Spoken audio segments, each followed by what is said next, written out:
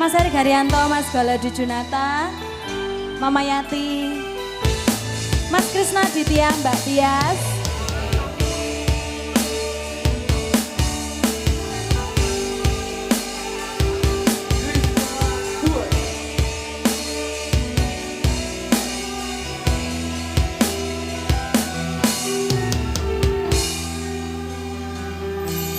wis keliwat semene suwene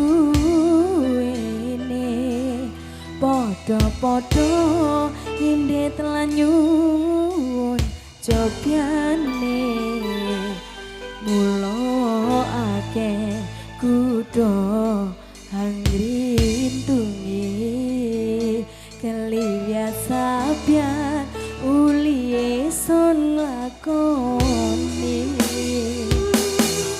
mung riko nong ati hangkaton sempurna tapi sing padha paran hang ison yayano mula nyata paran hang nong krenteke ati nono ulihe janji hawes dipundali.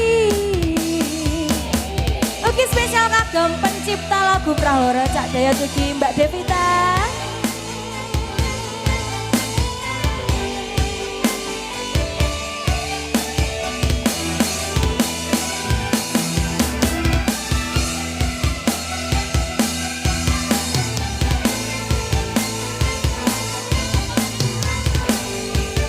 SA Audio.